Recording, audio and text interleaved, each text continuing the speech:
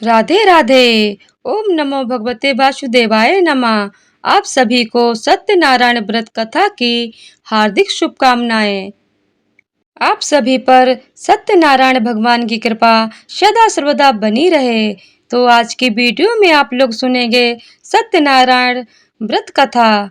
तो चलिए कथा को शुरू करते हैं।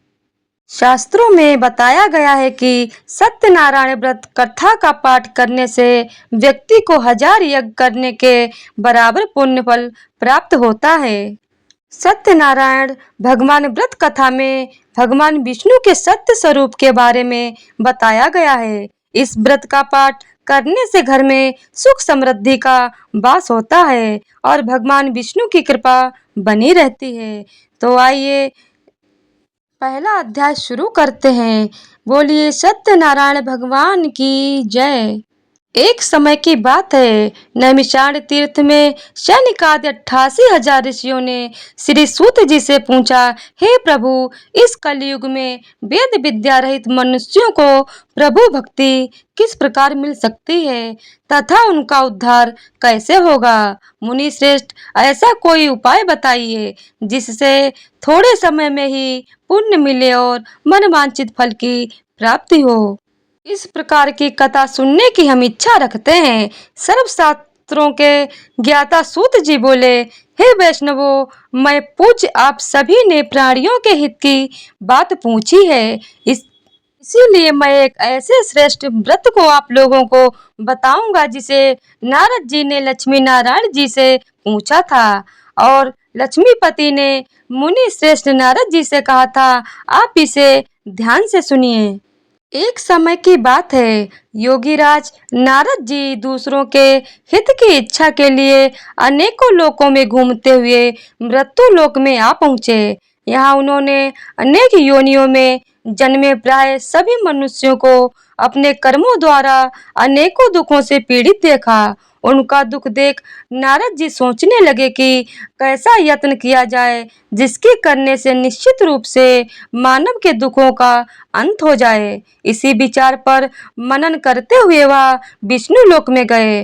वहां वह देवों के ईश नारायण की स्तुति करने लगे, जिनके हाथों में शंख चक्र गदा और पद्म थे, गले में वरमाला पहने हुए थे। स्तुति करते हुए नारद जी बोले, हे भगवान, आप अत्यंत शक्ति से संपन्न हैं। मन तथा वाणी भी आपको नहीं पा सकती है। आपका आदि मध्य तथा अंत नहीं है। निर्गुण स्वरूप सृष्टि के कारण भक्तों के दुख को दूर करने वाले हैं। आपको मेरा नमस्कार है। नारद जी स्तुति सुन विष्णु भगवान बोले, हे मुनि श्रेष्ठ, आपके मन में क्या बात है? आप किस काम के लिए पधारे हैं? उसे निसंकोच कहिए। इस पर नारद मुनि बोले कि मृत्यु लोक में अनेक योनियों में जन्मे मनुष्य अपने कर्मों के द्वारा अनेकों दुख से दुखी हो रहे हैं।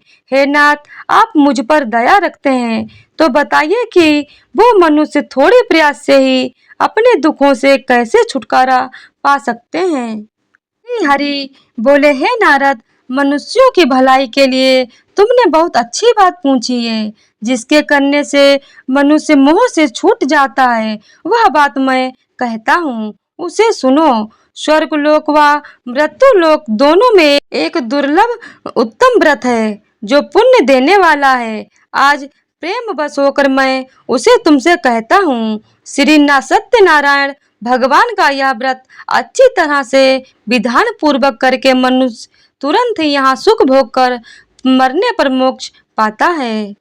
श्री हरि के वचन सुन नारद जी बोले कि उस व्रत का फल क्या है और उसका विधान क्या है? यह व्रत किसने किया था? इस व्रत को किस दिन करना चाहिए? सभी कुछ विस्तार से बताएं। नारद की बात सुनकर श्री हरि बोले, दुख व शोक को दूर करने वाला यह सभी स्थानों पर विजय दिलाने वाला है। मानव को भक्ति व श्रद्धा के साथ शाम को श्री सत्यनारायण की पूजा धर्म परायण होकर ब्राह्मणों व बंधुओं के साथ करनी चाहिए। भक्ति भाव से ही नैवेद्य केले का फल, घी, दूध और गेहूं का आटा सवाया ले, गेहूं के स्थान पर साठी का आटा, शक्कर तथा गुड़ लेकर वह सभी भक्षण योग्य पदार्थों को मिलाकर भगवान का भोग लगाएं।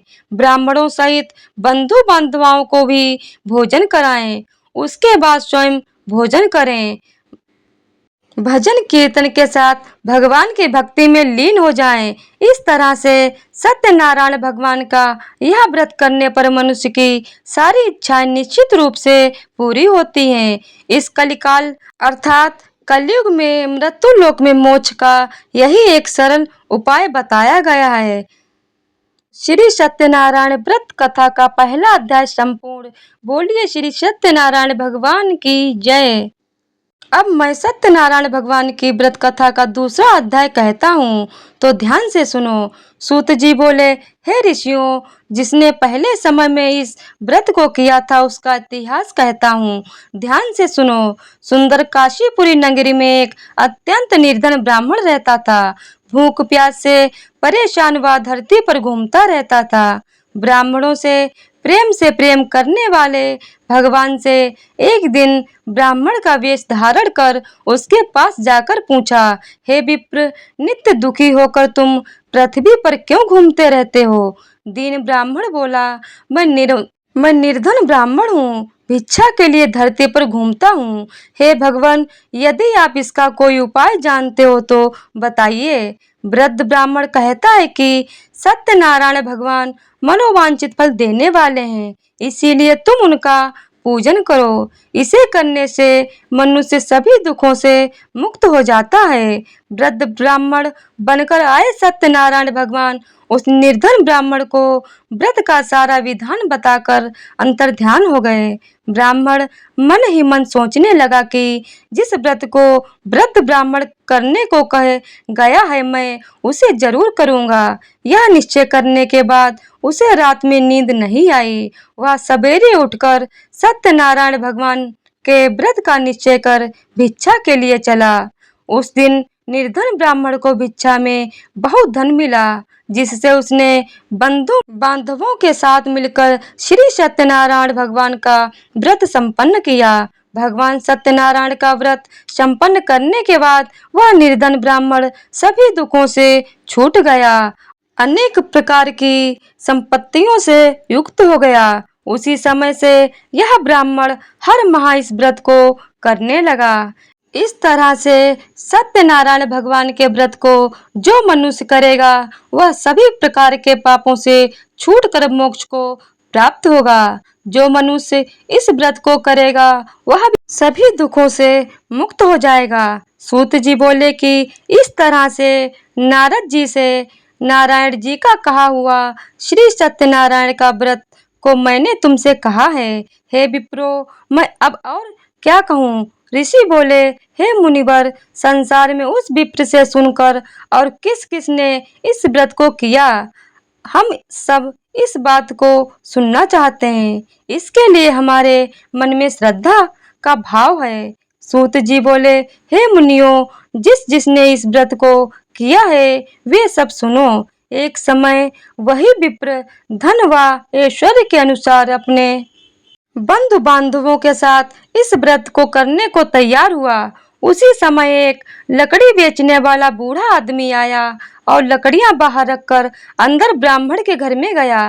प्यास से दुखी हुआ लकड़हारा उनको व्रत करते देख विप्र को नमस्कार कर पूछने लगा कि आप यहाँ क्या कर रहे हैं?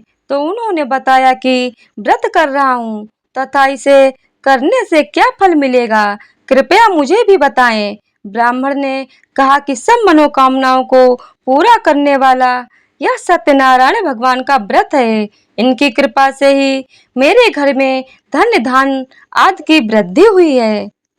विप्र से सत्यनारायण व्रत या कथा के बारे में जानकर लकड़हारा बहुत प्रसन्न हुआ। चरणामृत लेकर वह प्रसाद खाने के बाद वह अपने घर गया। लकड़हारे ने अपने मन में संकल्प किया कि आज लकड़ी बेचने से जो धन मिलेगा उसी से श्री सत्यनारायण भगवान का उत्तम व्रत करूंगा। मन में इस विचार को ले बूढ़ा आदमी सिर पर लकड़ियां रखकर उस नगर में बेचने गया जहां धनी लोग ज्यादा रहते थे। उस नगर में उसे अपनी लकड़ियों का दाम पहले से 4 गुना अधिक मिलता है। बूढ़ा प्रसन्नता के साथ दाम लेकर केले, शक्कर, घी, दूध, दही और गेहूं का आटा ले और सत्यनारायण भगवान के व्रत की अन्य सामग्रियां लेकर अपने घर गया। वहां उसने अपने बंधु बांधवों को बुलाकर विधि विधान से सत्यनारायण भगवान का पूजन और व्रत किया। इस व्रत के प्रभाव से वह बूढ़ा लकड़हारा धन पुत्र आदि से युक्त होकर संसार के समस्त सुख भोग अंतकाल में वैकुंठ धाम चला गया। श्री सत्यनारायण व्रत कथा का दूसरा अध्याय संपूर्ण। बोलिए श्री सत्यनारायण भगवान की जय। तो अब सत्यनारायण भगवान की व्रत कथा का तीसरा अध्याय कहता हूँ। सूत जी बोले, हे श्रेष्ठ मुनियों, अब आगे की कथा कहता हूँ। पहले समय में उल्कामुक नाम का एक बुद्धिमान राजा था। वह सत्यवक्ता और जितेंद्रिय था। प्रतिदिन देव स्थानों पर जाता और निर्धनों को धन देकर उनके कष्ट दूर करता था। उसकी पत्नी कमल के समान मुख वाली तथा सती साध्वी थी। भद्रशिला नदी के तट पर उन दोनों ने श्री सत्यनारायण भगवान का व्रत किया।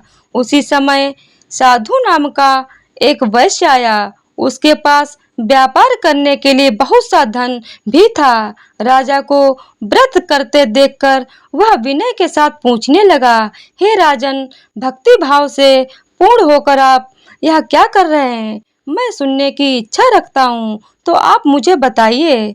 राजा बोला, हे साधु, अपने बंधु बांधवों के साथ पुत्रादि की प्राप्ति के लिए एक महाशक्तिमान श्री सत्यनारायण भगवान का व्रत व पूजन कर रहा हूँ।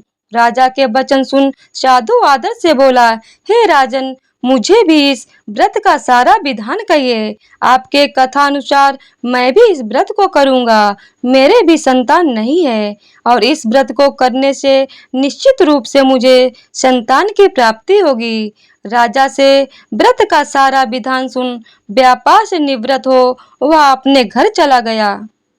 साधु वैश्य ने अपनी पत्नी को संतान देने वाले इस व्रत का वर्णन कहे सुनाया और कहा कि जब मेरी संतान होगी तब मैं इस व्रत को करूंगा। साधु ने इस तरह के वचन अपनी पत्नी लीलावती से कहे। एक दिन लीलावती पति के साथ आनंदित हो सांसारिक धर्म में प्रवृत्त होकर सत्यनारायण भगवान की कृपा से गर्भवती हो गई।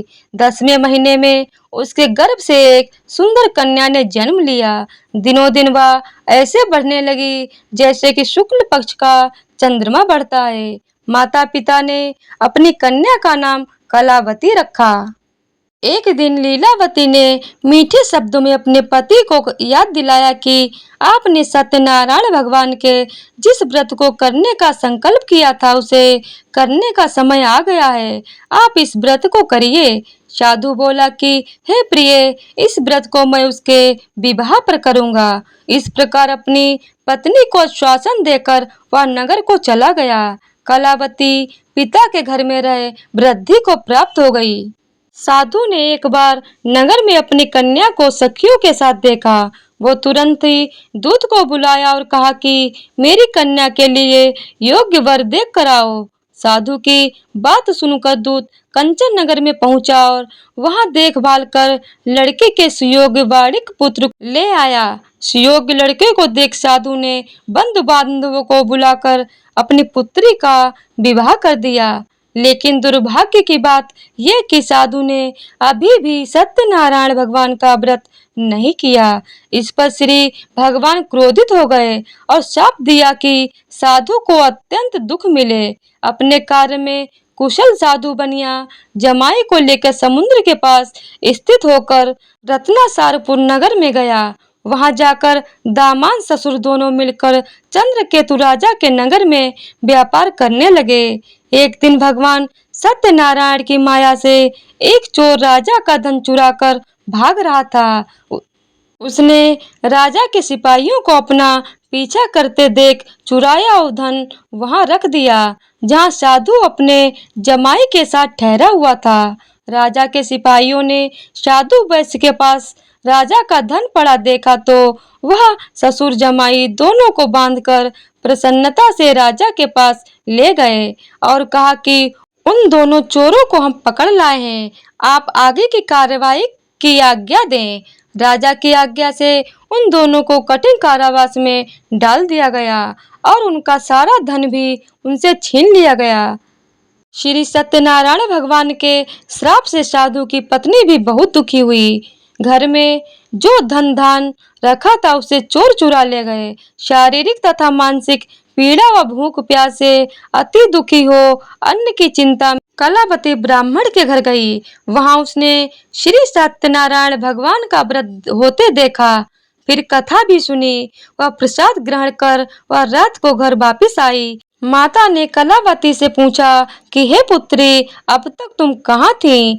तेरे मन में क्या है? कलावती ने अपनी माता से कहा, हे माता, मैंने एक ब्राह्मण के घर में श्री सत्यनारायण भगवान का व्रत देखा है। कन्या के वचन सुन लीलावती भगवान के पूजन की तैयारी करने लगी। लीलावती ने परिवार व बंधुओं सहित सत्यनारायण भगवान का पूजन किया और उनसे वर मांगा कि मेरे पति तथा जमाई शीघ्र घर वापस आ जाएं। साथ ही यह भी प्रार्थना की कि हम सबका अपराध क्षमा करें।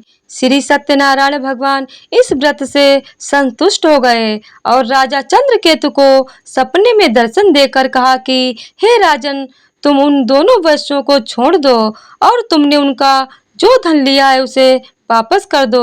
अगर ऐसा नहीं किया तो मैं तुम्हारा धन, राज्य व संतान सभी को नष्ट कर दूंगा। राजा को यह सब कहकर वह अंतर ध्यान हो गए।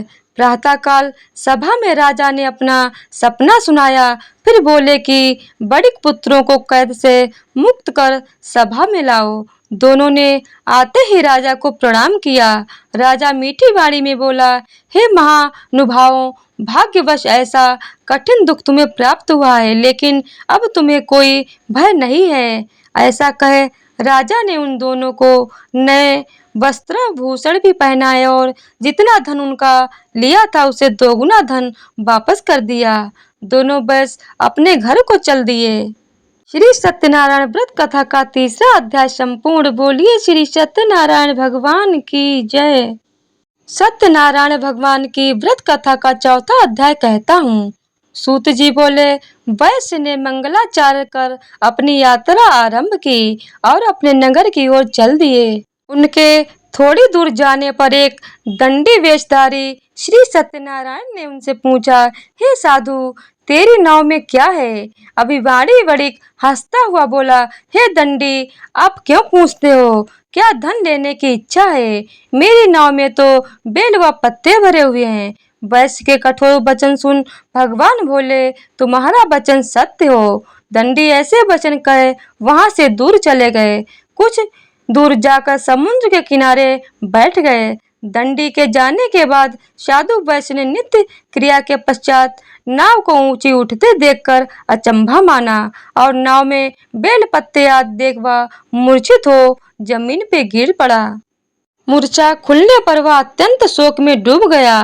तब उसका दामाद बोला कि आप शोक न मनाएं, यह दंडी का अभिशाप है, इसीलिए हमें उनकी शरण में जाना चाहिए, तभी हमारी मनोकामना पूरी होगी। दामाद की बात सुनकर वह दंडी के पास पहुंचा और अत्यंत भक्ति भाव नमस्कार करके बोला, मैंने आपसे जो जो असत्य वचन कहे थे उनके लिए मुझे क्षमा दें। ऐसा कहकर महान शोकातुर हो रोने लगा। तब दंडी भगवान बोले, हे बड़े पुत्र, मेरी आज्ञा से बार बार तुम्हें दुख प्राप्त हुआ है, तू मेरी पूजा से विमुख हुआ है। साधु बोला, हे भगवान, आपकी माया से ब्रह्मा आदि देवता भी आपके रूप को नहीं जानते, तब मैं अज्ञानी कैसे जान सकता हूँ? आप प्रसन्न हो जाइए, अब मैं सामर्थ्य के अनुसार आपकी पूजा करूँगा। मेरी रक्षा करो और पहले के समान नौका में धन भर दो। साधु वैश्य के भक्ति पूर्वक वचन सुनकर भगवान प्रसन्न हो गए और उसकी इच्छा अनुसार वरदान देकर अंतर्ध्यान हो गए। ससुर जमाई जब नाव पर आए तो नाव धन से भरी हुई थी। फिर वहीं अपने अन्य साथियों के साथ सत्यनारायण भगवान का पूजन कर अपने नगर को चल दिए। जब नगर के नजदीक पहुंचे तो दूत को घर पर खबर करने के लिए भेज दिया। दूत साधु की पत्नी को प्रणाम कर कहता है कि मालिक अपने दामाद सहित नगर के निकट आ गए हैं। दूत की बात सुन साधु की पत्नी लीलावती ने बड़े हर्ष के साथ सत्यनारायण भगवान का पूजन कर अपनी पुत्री कलावती से कहा कि मैं अपने पति के दर्शन को जाती हूँ, तो कार्य पूर्ण कर शीघ्र आ जाना। माता के ऐसे वचन सुन कलावती जल्दी में प्रसाद छोड़ अपने पति के पास चली गई। प्रसाद की अवज्ञा के कारण श्री सत्यनारायण भगवान रुष्ट हो गए और नाव सहित उसके पति को पानी में डुबो दिया। कलावती अपने पति को वहां न पाकर रोती हुई जमीन पर गिर गई। नौका को डूबा हुआ देख वह कन्या को रोता देख साधु दुखी होकर बोला, हे प्रभु, मुझसे तथा मेरे परिवार से जो भूल हुई है उसे क्षमा करें। साधु के दीन वचन सुनकर श्री सत्यनारायण भगवान प्रसन्न हो गए और आकाशवाणी हुई, हे साधु, तेरी कन्या मेरे प्रसाद को छोड़कर आई है, इसीलिए उसका पति अदृश्य हो गया है। यदि वह घर जाकर प्रसाद खाकर लौटती है तो इसे इसका पति अवश्य मिलेगा। ऐसी आकाशवाणी सुन कलावती घर पहुंचकर प्रसाद खाती है और फिर आकर अपने पति के दर्शन करती है। उसके बाद साधु अपने बंधु बांधवों सहित श्री सत्यनारायण भगवान का विधि विधान से पूजन करता है। इस लोक का सुख भोग व अंत में स्वर्ग जाता है। श्री सत्यनारायण व्रत कथा का चौथा अध्याय संपूर्ण। बोलिए श्री सत्यनारायण भगवान की जय। सत्यनारायण भगवान की व्रत कथा का 5वां अध्याय कहता हूँ। सूत जी बोले, हे ऋषियों, मैं और भी एक कथा सुनाता हूँ, उसे भी ध्यान पूर्वक सुनो। प्रजापालन में लीन तुंगध्वज नाम का एक राजा था। उसने भी भगवान का प्रसाद त्याग कर बहुत ही दुख सहन किया। एक बार वन में जाकर वन्य पशुओं को मारकर वह बड़ के पेड़ के नीचे आया। वहां उसने ग्वालों को भक्ति भाव से अपने बंधुओं सहित सत्यनारायण भगवान का पूजन करते देखा। अभिमानवश राजा ने उन्हें देखकर भी पूजा स्थान में नहीं गया और न ही उसने भगवान को नमस्कार किया। ग्वालों ने राजा को प्रसाद दिया, लेकिन उसने वह प्रसाद नहीं खाया और प्रसाद को वहीं छोड़कर अपने नगर को चला गया। जब वह नगर में पहुंचा तो वह तहस नहस हुआ पाया, तो वह शीघ्र ही समझ गया कि यह सब भगवान ने ही किया है। वह दोबारा ग्वालों के पास पहुंचा और विधि पूर्वक पूजा करके प्रसाद खाया तो श्री सत्यनारायण भगवान की कृपा से सब कुछ पहले जैसा हो गया। दीर्घ काल तक सुख भोगने के बाद मरणोपरांत उसे स्वर्गलोक की प्राप्ति हुई। जो मनुष्य परम दुर्लभ इस व्रत को करेगा तो भगवान सत्यनारायण की अनुकंपा से उसे धन धान्य की प्राप्ति होगी। निर्धन धनी हो जाता है और भय मुक्त हो जाता है। संतान हीन मनुष्य को संतान सुख मिलता है और सारे मनोरथ पूर्ण होने पर मानव अंतकाल में वैकुंठ धाम को जाता है। सूत जी बोले, जिन्होंने पहले इस व्रत को किया है, अब उनके दूसरे जन्म की कथा कहता हूँ। वृद्ध शतानंद ब्राह्मण ने सुदामा का जन्म लेकर मोक्ष की प्राप्ति की। लकड़हारे ने अगले जन्म में निषाद बनकर मोक्ष प्राप्त किया। उल्कामुक नामक राजा दशरथ होकर बैकुंठ को गया। साधु नाम के वैश्य ने मोरक ध्वज बनकर अपने पुत्र को आरे से चीरकर मोक्ष पाया। महाराजा तुंगध्वज ने स्वयंभू होकर भगवान में भक्ति युक्त हो कर्म कर मोक्ष पाया। तो श्री सत्यनारायण व्रत कथा का 5वां अध्याय संपूर्ण। बोलिए श्री सत्यनारायण भगवान की जय। तो चलिए अब आरती शुरू करते हैं। ओम जय लक्ष्मी रमणा, स्वामी जय लक्ष्मी रमणा, सत्यनारायण स्वामी जन पातक हरिणा। ओम जय लक्ष्मी रमणा, रतन जड़ित सिंहासन अद्भुत छवि राजे, नारद करत निराजन घंटा ध्वनि बाजे। ओम जय लक्ष्मी रमुणा, प्रकट भये कलि कारण, तुझको दर्श दियो स्वामी, तुझको दर्श दियो। बूढ़ो ब्राह्मण बन करे कंचन महल कियो। ओम जय लक्ष्मी रमुणा, दुर्बल भील कठारो, जिन पर कृपा करी स्वामी, जिन पर कृपा करी। चंद्रचूड़ के राजा, तिनकी विपत्ति हरी। ओम जय लक्ष्मी रमुणा, वैश्य मनोरथ पायो, श्रद्धा तज दीनी स्वामी, श्रद्धा तज दीनी। सो फल भोग्यो प्रभु जी, फिर स्तुति कीन्ही। ओम जय लक्ष्मी रमुणा, भाव भक्ति के कारण, छिन्न छिन्न रूप धर्यो, श्रद्धा धारण कीन्ही, तिनक्यो काज सरो। ओम जय लक्ष्मी रमुणा, ग्वाल बाल संग राजा, वन में भक्ति करी स्वामी, वन में भक्ति करी। मन वांछित फल तीनों, दीन दयाल हरि। ओम जय लक्ष्मी रमुणा, चढ़त प्रसाद सभायो, कदली फल मेवा स्वामी, कदली फल मेवा। धूप दीप तुलसी से, राजी शत देवा। ओम जय लक्ष्मी रमुणा, सत्यनारायण जी की आरती जो कोई नर गावे, तन मन सुख संपत्ति सब, मन वांछित फल पावे। ओम जय लक्ष्मी रमुणा स्वामी, जय लक्ष्मी रमुणा। तो बोलिए सत्यनारायण भगवान की जय हो।